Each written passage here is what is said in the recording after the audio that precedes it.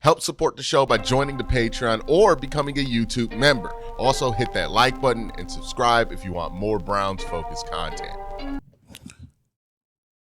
I'm going to ask a question, and I understand that a lot of people are going to have a lot of different answers to this question. But this question is this: do the Browns have a bright future? Not just like the rest of this season. I'm talking about if you look at this team and where they're at right now, and you're trying to project things over the next 2 to 3 years, do you think that this team is going to have a bright future in the next 2 to 3 years? This is a conversation that, I think there are rational and reasonable reasons to say, no, the Browns don't have a great future. I think there are rational and reasonable reasons to think they do, right? If you're looking for the argument for why they don't, one, they don't know if they want to keep their head coach in Kevin Stefanski right now.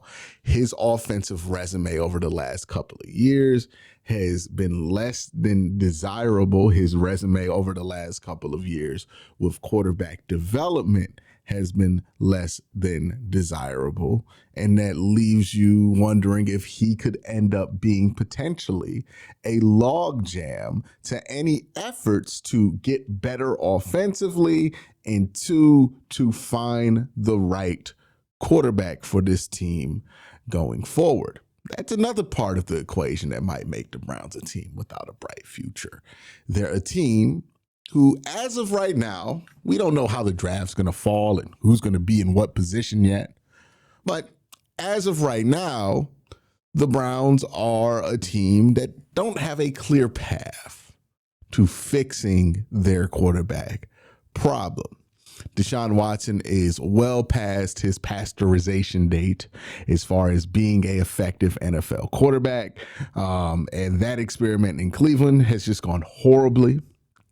So he's not an option to solve your quarterback problem. Dillon Gabriel is still, in the early parts of his NFL career, but nothing you have seen so far would give the impression that Dillon Gabriel could be a franchise quarterback, right? I think the hope for Dillon is spot starter, transition starter, right? Somebody who can hold down the fort, be a good hand, and also be a really good backup. And then Shedeur is a complete mystery at this point. Like, he had one good preseason game, one horrendous one. What's concerning about that is that the one good preseason game happened at the beginning of camp, and the horrendous one happened at the end of it for some reason. You also really just don't know what to make of what happened to him in the draft. Some of that could be because he's dealing with some of the downsides of being the son of Deion Sanders, and some of this is maybe he was pumped up because he was the son of Deion Sanders. Like, I think there's something to say on both parts of that argument. So you don't really know what to make of Shedeur. What you do know is that the NFL at large isn't convinced he's a franchise quarterback. And even the Cleveland Browns, to a point, are convinced that he's not a franchise quarterback, because if they thought any of these guys, Dillon Gabriel or Shedeur Sanders, were franchise quarterbacks, they would have gone in the first round of the draft, right? So the fact that both these guys went outside the first round tells you that there's not that much confidence that the answer is on the roster. Sure, they would love to get lucky. Sure, they would love to get bailed out at the quarterback position, but I don't think they're going to be making plans assuming that a 5th round pick is going to be the franchise quarterback. That would be irresponsible, and the same would be true of a 3rd round pick. So I could see the bleakness at the quarterback position being a reason to be down on the Browns, the lack of real answers on the offensive side of the ball, and a big question about your head coach, making somebody go to the point to say, hey, look, I don't think the Browns have that bright of a future. But that's not where I am. I tend to be on the side of the conversation that the Browns do have a bright future, and that the Browns could turn this thing around sooner than later, and that they aren't that far away. Now, why is it that I think that? Is it just blind optimism? Am I just hoping and coping? We'll talk about that in just a second, but I got to thank my sponsor for today, Sleeper. Real quick, just want to let you guys know Sleeper has a new offer here. They're offering a free $20 entry, no deposit required. And also, if you're a first-time user, you also will receive a 100% match on up to $100 when you use the promo code Worst Take. Again, $20 free, no deposit required. Plus, first-time users also receive 100% deposit match up to $100. Join Sleeper. Yeah, I think the Browns have a brighter future than maybe some people think. I think the Browns' future is, in a lot of ways, pointed in the right direction, even though they do have the question about quarterback, even though they do have questions about who their head coach is going to be going forward. Will it still be Kevin Stefanski? Will they decide to move on? If you move on from him, who do you move on with? But the reason I think the Browns will ultimately come out of any of these questions or all of these questions that they have right now better in a couple of years than they have been the last few years is, one, I think that this is a much more, not much more, that's not the proper way to say it. I think that there is much more opportunity in these off seasons that the Browns are going to be trying to take advantage of than other off seasons where they have tried to make a pivot here at the position of head coach or even at quarterback. I think there is just more opportunity. I think they have demonstrated that they will be able to take advantage of that opportunity to a point. And here's what I mean by that, right? I think the bulk of anybody's optimism starts with Andrew Berry and the job that he's done this offseason, this last calendar year, right? If Kevin Stefanski's last calendar year is enough for people to discount some of the good stuff that he did to win 2 Coach of the Year awards and to, consider maybe moving on from him, then you also have to consider Andrew Berry's calendar year in the opposite direction, because he's had kind of the opposite kind of calendar year than Kevin Stefanski has had, right? He has had successful trade after successful trade. He has had draft picks hit at a much higher rate than earlier in his regime, right? Like, they've just been better this last calendar year at the personnel stuff than I've seen the Cleveland Browns, or I'm accustomed to the Cleveland Browns being used to. The main thing people point to as evidence of this is the 2025 draft class, which looks like it might be one of the best draft classes in Cleveland Browns history. And I don't think that's being hyperbolic. I think that's just being honest, right? If you look at the draft class and you look at how good we feel about it this far into the season, I don't think there's another draft class that the Cleveland Browns have had that is comparable since coming back from expansion, especially, to this draft class. Mason Graham. I know some people tend to try to make asses of themselves, convincing you or trying to convince you that Mason Graham is not good at football.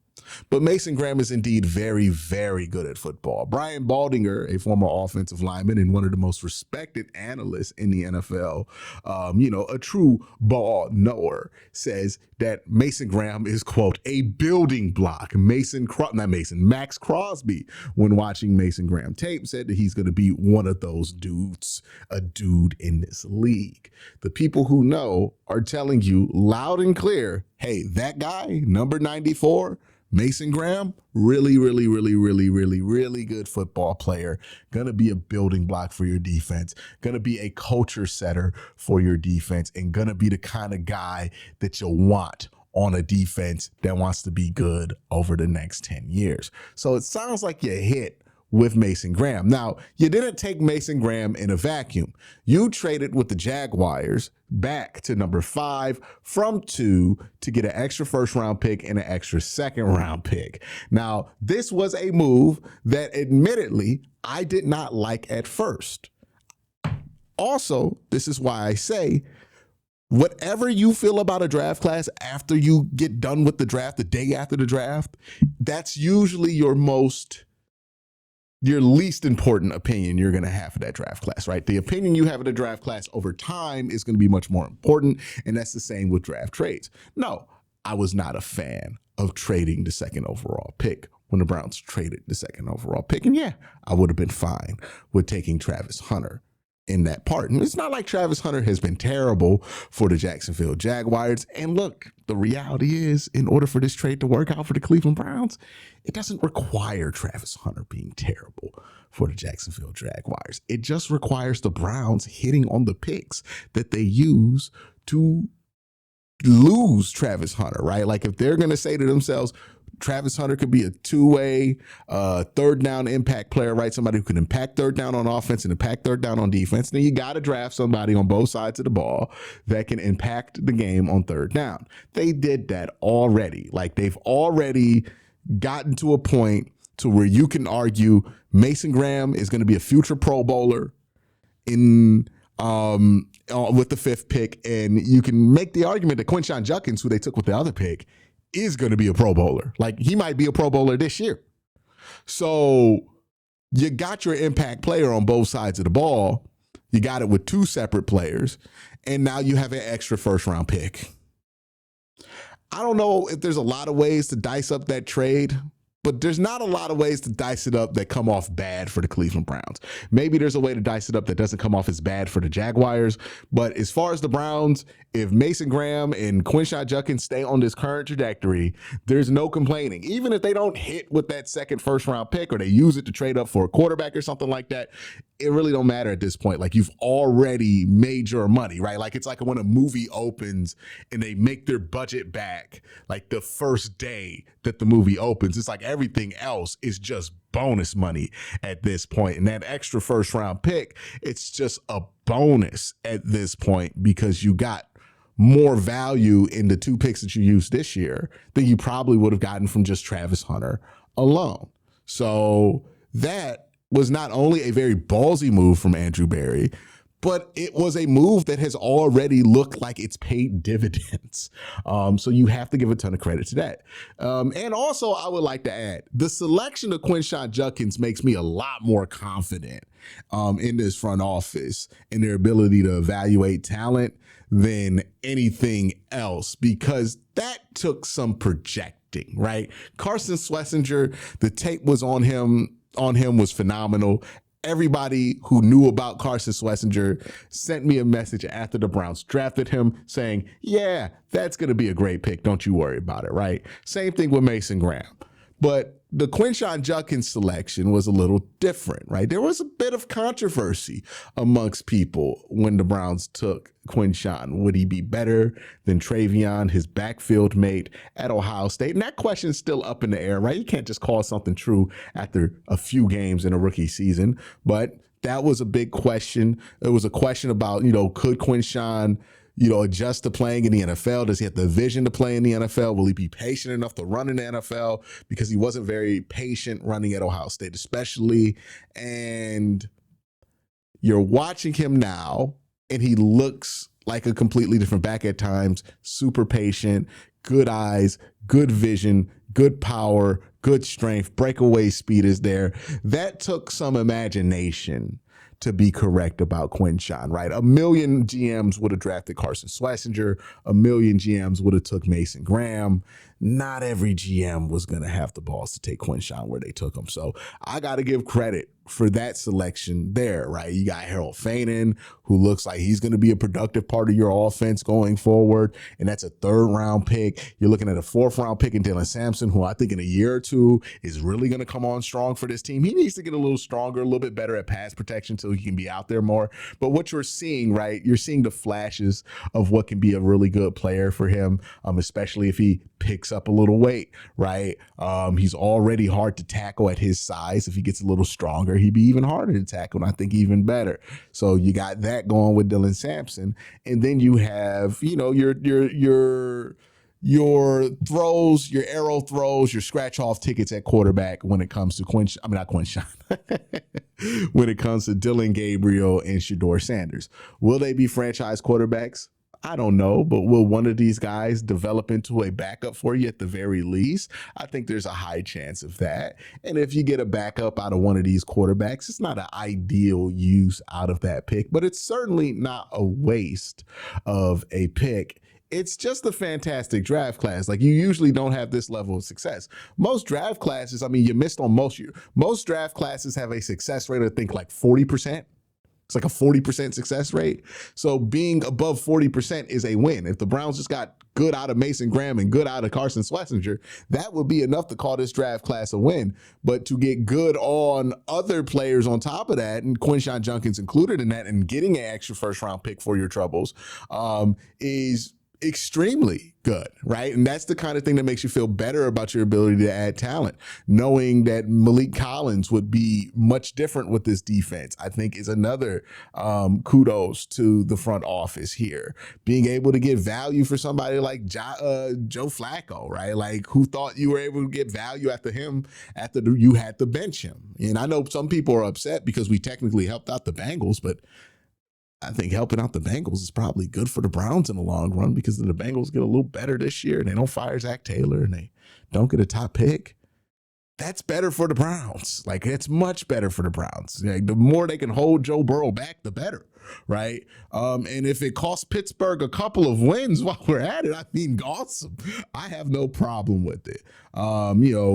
It's just been a lot of good stuff. Now, Jerry Jeudy having a slump in his second year, certainly not great. The Browns wide receiver situation, certainly not great. The offensive line situation, certainly not great.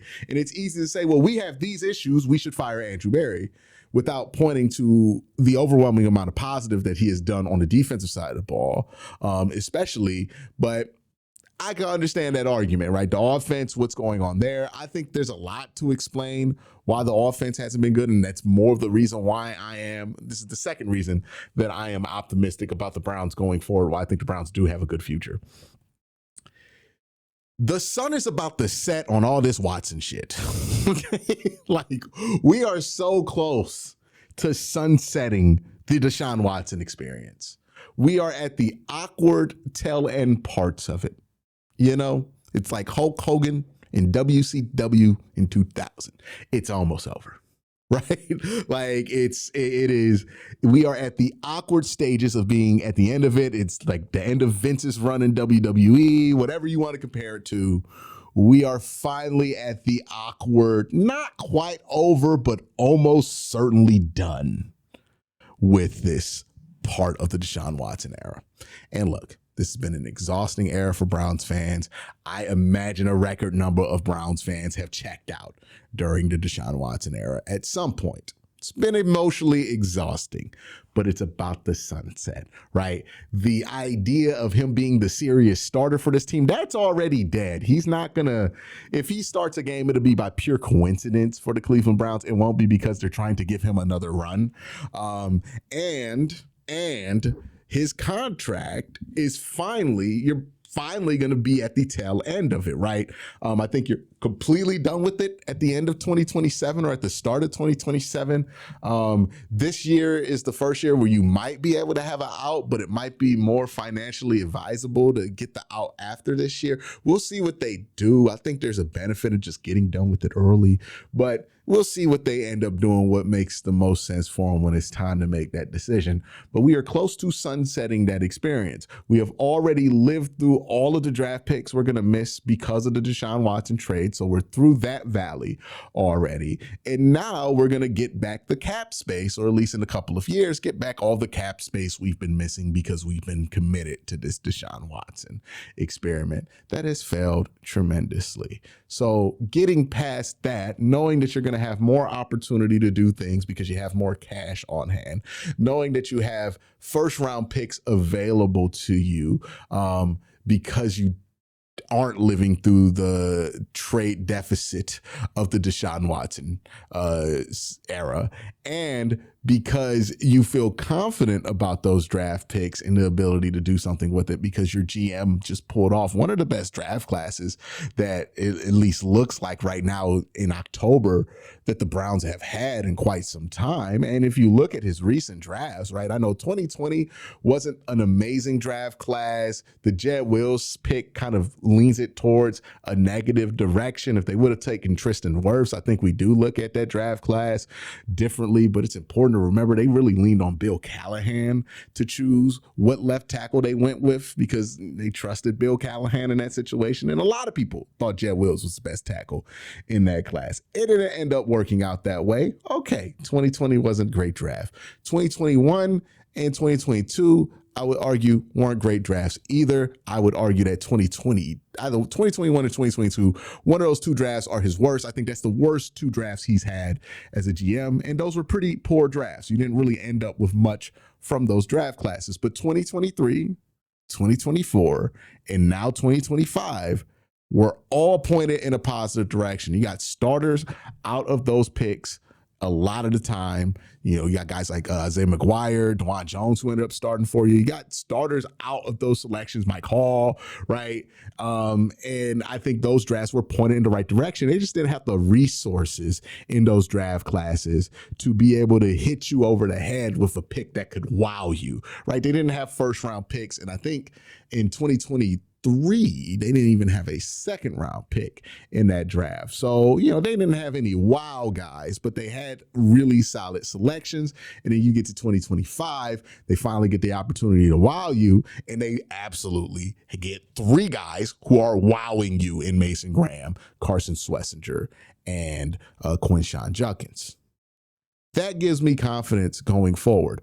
The fact that our GM has done a good job this offseason, that we didn't have to trade Myles Garrett because we weren't dysfunctional. And by the way, if you want to know what a dysfunctional team looks like, go look at the Miami Dolphins, who the Browns just beat. That's a dysfunctional team. The Browns are a bad team. They're not dysfunctional right now. And it makes me confident that, hey, if you need to draft a quarterback, we might be able to draft the right quarterback. I also think that the C's are right for a quarterback, right? Like, I think that it's lining up. It looks like this is going to be a good quarterback draft class this offseason. And it looks like the Browns are going to have an opportunity to take a good quarterback. And I hope that's the case, right? Also, you know, if you need to find a new coach, if you need to find a new quarterback, you want to be confident that the structure of your organization is going to be at a place to find competent people to fill those roles. And if Andrew Berry, since he's done a good job, is able to retain his job, maybe even get a promotion, then I think you're organizationally in a position to be able to fulfill those roles properly without having to worry about Jimmy Haslam selecting your coach, which has always been a bad thing, and Jimmy Haslam selecting your GM, which has always been a bad thing. The further the Browns have gotten from Jimmy Haslam's personal decisions, the better off they've been. And some might say, well, Andrew Berry, wasn't he a Jimmy Haslam personal decision? He was hired through recommendation of Paul DePodesta. Same with Kevin Stefanski. And by the way, as much as people make conspiracy theories up about Paul DePodesta, everything I've ever heard about him that's actually been reported has been fairly positive. Like, he's the guy who wanted Sean McDermott instead of Hugh Jackson. He's the guy who wanted Kevin Stefanski in 2019 over Freddie Kitchens. I don't know why this guy has been like the puppet master in people's eyes for every bad decision the Browns have made. It seems like he has tried to save the Browns from making a couple of catastrophic decisions. The puppet master behind all of the Browns' bad decisions, you don't have to need a conspiracy theory for. It's been Jimmy Haslam. The further away you can get from Jimmy Haslam in the decision-making process, the better you're going to be off. And if it is Andrew Berry and DePodesta making those decisions on who the next head coach is going to be, I feel much better about that than I feel about Jimmy Haslam calling like his buddy Jimmy Sexton and hiring up, you know, Ray Farmer and Mike Pettin again, or whatever he did, right? So I think that you're at a better place to fulfill the questions and answer the questions that you have. Hopefully that this confidence is founded in a couple of years. We look back and we say, yeah, the Browns were in a better place than we thought. But that's my thoughts on it. Let me know your thoughts. I'm curious because I can see this go a lot of different ways. I want to know your opinion. Everybody have a great day. Have a better night. Peace.